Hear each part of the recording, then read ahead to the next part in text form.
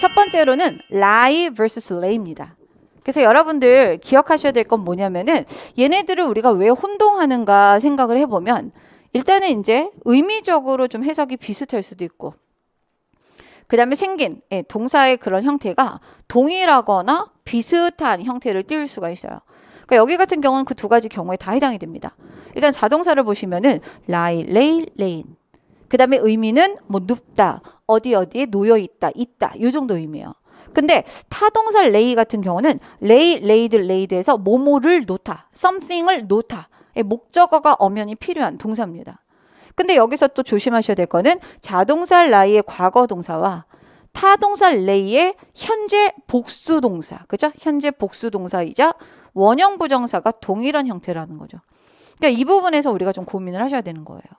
그래서 여러분들 이렇게 생각하시면 돼요. 뭐냐면은 만약에 주어가 나온 다음에 lay가 나온 다음에 소위 말해서 전치사 더하기 명사, 전명구가 왔다. 내지는 형용사가 왔다. 이렇게 되면 여러분들 얘는 당연히 뭐라고 생각하면 될까? 자동사 lie의 과거 동사라고 보는 게 맞죠. 목적어가 없으니까. 근데 만약에 여기가 만약에 뭐가 나왔다? 명사가 나왔다. 이거는 우리가 다르게 봐야 되는 거야. 명사가 나왔다라고 하면은 이거는 10중8구 무슨 동사? 타동사의 가능성이 높아지는 거죠. 이해가 되셨나요? 그래서 여러분들이 보시면은 뭔가 이제 문장을 분석하거나 문제를 풀 때 일단 해석부터 들이미는 그런 습관이 좀 많으신데 그렇게 하시면 안 된다라는 거죠. 특히 여러분들 보시면은 1, 2, 3, 4, 5, 6 여기에 이제 6가지 동사들이 들어갔는데 얘네들이 특히 문법 문제 나오잖아. 그때부터 딱 형광등 반짝 켜고 제가 지금부터 설명하는 이런 것들에 대한 구분이 명확한지를 보셔야 되는 거예요. 무슨 말인지 알겠지? 그러니까 모든 동사가 시험 문제 나올 걸 생각하고 우리가 어떻게 대비를 하나. 그렇죠?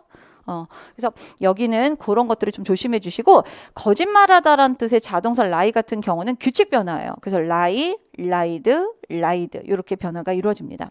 자, 그럼 같이 한번 따져보도록 해보죠. The letter lay open. 자, 여러분들 센스 발휘합시다. open은 동사로 쓸 땐 타동사입니다. open something이 돼요. 그죠? open the door 뭐 이런 식으로. 근데 형용사로서의 open도 있습니다. 형용사도 돼요. 그럼 여러분들 여기는 이미 동사가 나와 있으니 얘는 당연히 동사가 아니라 형용사가 되는 거죠. 그럼 여러분들 우리는 딱 알 수가 있어. 형용사가 나왔어? 헤더진이 조금 전에 구조 설명했네. 그러면은 요거는 다 같이 자 자동사 타동사 자동사 lie의 과거 동사라는 것을 알고 계셔야 된다라는 거죠. 이해되셨죠? 그래서 그 편지는 개봉된 상태로 있었어요. 이런 의미가 되는 거죠. 자, 그 다음 거. He laid his hand. 이런 문제만 나오면 얼마나 땡큐해. 아예 그냥 lay의 과거 동사 laid 딱 나왔죠. 그러니까 이거는 우리가 그것만 판단하면 돼. 문법 문제로 나오면은 laid 뒤에 얘에 대한 목적어가 붙어 있느냐, 명사가. 그래서 여기는 보면은 his hand가 정확하게 들어가 있는 것을 볼 수가 있습니다. 그래서 타동사 lay의 과거형 이렇게 되는 거죠. 사실 제가 바쁘잖아요. 바빠요. 바빠서 요즘에 이제 드라마를 볼 시간이 없단 말이에요. 근데 기사 같은 거는 뜨는 걸 보는데 제가 많이 옛날 사람이구나 라고 느껴지는 게 뭐냐면은 사실 과거에 제가 여러분만한 시절에 내지는 좀 더 어렸을 때는 드라마들에서 이제 젊은 그 청춘들의 알콩달콩하는 모습 이런 것들을 이제 표현하는 데 있어서 되게 이제 상큼함에 포커스가 많이 맞춰져 있었어요. 네. 그래서 이제 보시면은 저도 뭐 사실 그걸 챙겨본 건 아니지만 그 프렌즈 정도에 해당하는 뭐 그런 드라마들 보면은 그죠? 여러 가지 대학생들의 에피소드 뭐 이런 것들이 있었던 것 같아. 근데 요즘에 이제 드라마에 이제 그 트레일러 같은 조금만 이제 클립 영상 같은 거 이런 거 올라오는 거나 기사들을 보면은 이런 것들이 공중파에 뭐 이런 것들이 있는 거야. 그러니까 뭐가 나오냐면은 여기 나오는데 막 이렇게 어깨에 손을 올린다. 이 정도는 옛날 버전 나 같은 사람. 어깨에 손을 올려서 어떻게 심쿵 뭐 이렇게 되는데 이제 여러분 요즘에 보는 드라마들은 그 정도가 아니라 갑자기 어두워졌다가 갑자기 날이 환해져. 이런 거 뭔지 알겠지? 상상에 막힐게. 근데 그런 것들이 공중파에서 뭐 버젓이. 근데 이제 한 회에 그치는 게 아니라 매번 뭐 이런 거 있잖아요. 그래서 보면서 내가 이제 그거 보면서 뭔가 내가 부끄러운 거야. 아무도 날 보는 사람 없어. 기사를 보는 내가 어머 막 이렇게 되는 거예요. 그래서 그거 보면서 나 너무 이제 옛날 사람 됐구나. 그래서 요즘에 많이 과감해졌다. 이런 것들이 이제는 방송심의위원회에 그쵸? 에 걸리지 않는구나. 그런 생각이 좀 들더라고요. 요즘에 상큼한 드라마들이 많이 나오는 것 같아. 하지만 여러분들은 눈과 귀를 딱 이렇게 앞만 이렇게 그죠? 학습에만. 그래서 좀 가끔 놀랍니다. 요즘에는. 자, 그 다음 거 보도록 해보죠. 자, rise하고 raise인데 제가 말했죠. 형태적으로도 비슷한데 얘도 의미도 비슷한 느낌이 있는 거야. 그 두 가지를 다 요건을 갖춘 동사들. 자동사 rise는 자, rise, rose, reason이죠. 이건 뭐냐면 오르다인데 자, 생각을 해봐. 자동사 rise는 그걸 기억하셔야 돼요. 주어가 올라가고 끝. 그러니까 지가 그냥 올라가고 끝난 거예요. 다른 영향을 미치는 대상이 없는 거죠. 따라서 rise 동사 뒤에는 목적어인 명사가 절대 올 수가 없는 거예요. 와봤자 전명구, 부사구, 부사절 뭐 이런 애들인 거지. 근데 이제 타동사 raise 같은 경우는 이거는 raise, raised, raised 규칙 변화인데 뭐뭐를 올리다. 그러니까 raise something, raise somebody 이 정도 의미가 돼버리는 거예요. 그렇게 되고 그 다음에 또 이제 raise는 기르다, 양육하다 별도의 또 이런 뜻도 가지고 있습니다. 그래서 의미적으로도 비슷한 듯하지만 이거는 뭐 여러분들이 구조적으로는 목적어 유무 쉽게 우리가 판단해 볼 수가 있어요. 자, 같이 한번 보죠. The cost of living continues to rise인데 여러분들 그거 기억하시나요? 자, 여기선 사실 메인 동사는 continue예요. 타동사예요. 그래서 얘에 대한 목적어로 누가 나냐면 투부정사가 등장을 했습니다. 근데 말했죠. 투부정사도 따라서 동사 출신이거든. 그러니까 얘도 필요하면은 뒤에 뭐가 붙을 수 있어? 새끼 문장 성분이 연달아 나와야 되는데 to rise 뒤에 붙었어 안 붙었어? 안 붙었어요. 왜? rise가 무슨 동사니까? 자동사니까. 그래서 여기 같은 경우는 생활비가 계속해서 오른다 이 정도로 해석을 해주시는 거죠. 그러니까 생활비가 오르고 끝. 누구를 올리는 게 아니라. 됐죠? 자, 그 다음 거. He raised his offer 해서 정확하게 목적어, 제한 가격, 제한가 해서 명사가 들어갔습니다. 타동사 raise의 과거 동사입니다. 자, 그 다음 거 sit, set 이렇게 보도록 해볼게요. 자동사 sit은 여러분들 보시는 것처럼 sit, set 동사 변화 그 다음에 주어가 앉고 끝납니다. 근데 문제는 뭐냐면 타동사 sit 같은 경우는 규칙 변화인데 발음상으로 스펠링은 조금 차이가 있는 듯 보이지만 발음상으로는 거의 우리가 구분하기 힘들죠. 단장 이 정도고 그 다음에 중요한 거는 앉히다예요. 그래서 이제 우리가 가장 원하는 시나리오는 이런 시나리오죠. 뭐냐면은 이런 거 he seated us 이게 가장 우리가 이제 편안하게 볼 수 있는 타동사 sit의 용례예요.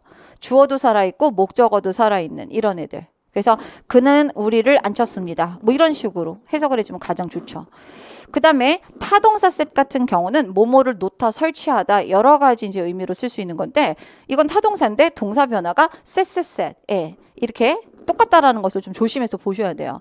그래서 일단 예문을 바로 한번 보도록 해보죠. He sat on the chair. 자, 여러분 보시면 알겠지만 동사 뒤에 전명구만 있어요. 당연히 자동사 sit의 과거 동사가 맞습니다. 근데 두 번째에서는 우리는 일단은 구조적으로 잠깐 보시면 BPP예요. 해석은 둘째치고 BPP로 나왔어요. 자, 그럼 대답해 보죠. 이건 애초에 무슨 동사라는 거야? 타동사였기 때문에 이렇게 수동태 구조로 명령문의 형태로 올 수가 있었다라는 거죠.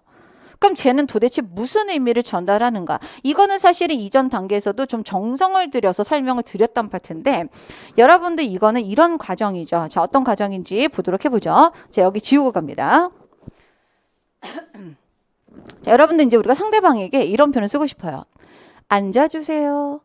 그럼 우리 편안하게 만만하게 쓰는 게 자동사 sit을 활용한 표현입니다. Sit down, please 뭐 이런 식으로. 근데 이거를 우리가 타동사를 활용해서 상대방에게 앉으세요라고 말을 한번 해봅시다. 자, 그러면은 명령문의 형태로 했었을 때 주어 you가 생략돼 있다라고 봐주시고요. 그럼 동사 원형 타동사를 일단은 한번 밀어붙여 봅니다. 그럼 여러분들 기억하시죠?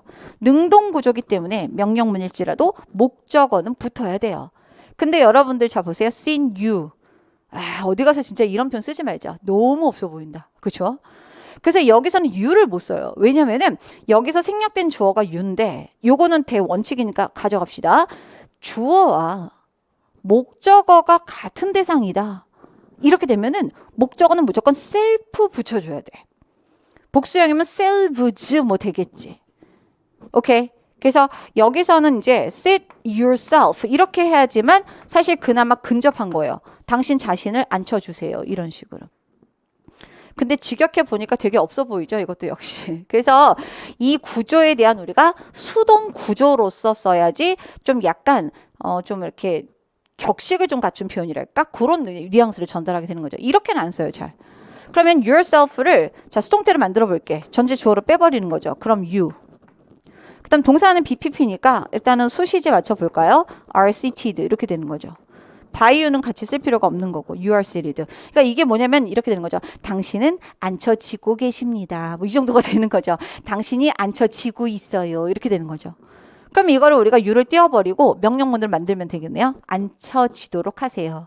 당신이 앉혀지게 해주세요. 이렇게 하려면은 자 이거 어떻게 만들어줘야 돼? 최종.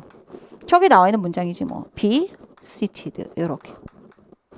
그래서 여러분들이 혹시라도 타동사 sit에 대한 수동 구조 be seated를 활용한 표현이 나오게 되면은 그냥 주어가 앉다. 마치 자동사 sit처럼 그렇게 해석해 주시면 돼요. 그래서 여기서는 이제 please be seated on the chair 하면은 의자에 앉혀지도록 해주세요. 직역하면 앉아주세요. 이런 의미가 되는 거죠.